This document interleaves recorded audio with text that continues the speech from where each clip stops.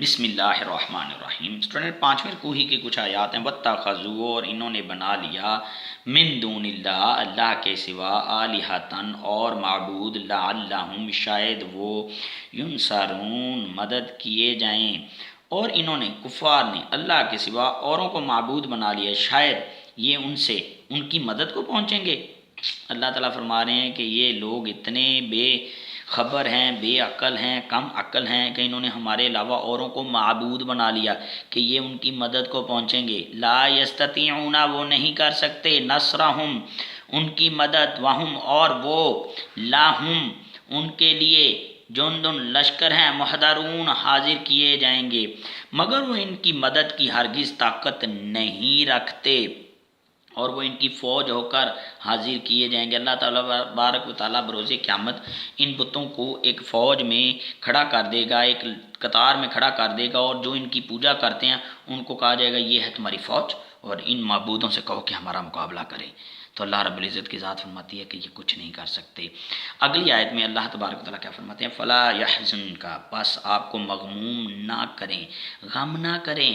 قولہم، ان کی باتوں کا، انا نعلم، بے شک ہم جانتے ہیں، ما یسرون، وہ چھپاتے ہیں، وما، اور جو، یعلنون، وہ ظاہر کرتے ہیں۔ بیٹا اس آیت میں کہا گیا ہے تم ان کی باتیں غمناک نہ کر دیں، کفار کی، کیونکہ یہ جو کچھ چھپاتے اور ظاہر کرتے ہیں، دیکھیں یہ چھپاتے کیا کیا ہیں، ظاہر کیا کیا کرتے ہیں، میں بتاتا ہوں۔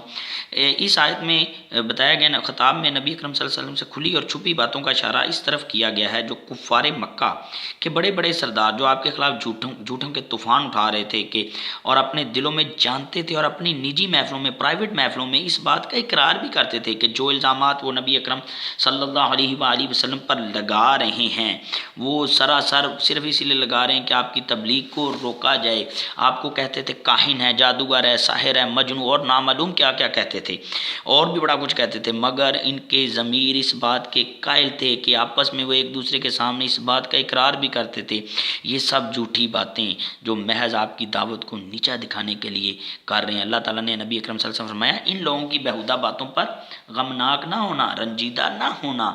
نہ ہی غم کرنا، ان کا برا انجام آنے والا ہے۔ آوا، اور کیا، لم یرو، نہیں دیکھا، انسان نے، انا خلقناہ، کہ ہم نے پیدا کیا، من نطفۃ، نطفے سے، فاذا، پھر ناگاں ہوا وہ، خصیم، جھگڑالو لگا، آگے، وَضَرَبَ، اور اس نے چسپا کیا، لنا، ہمارے لیے، مثلاً ایک مثال، ونسیا، اور بھول گیا، خلقہ، اپنی پیدائش کو، قالا، کہنے لگا، من یحیی، کون پیدا کرے گا، عظاما، ہڈیوں کو، وہیا، جب کہ وہ رمیم، گل گئیں۔ اللہ تعالیٰ فرما رہے ہیں اور ہمارے بارے میں مثالیں بیان کرنے لگا اور اپنی پیدائش کو بھول گیا، اور کہنے لگا جب ہڈیاں بوسیدہ ہو جائیں گی تو ان کے کون زندہ کرے گا۔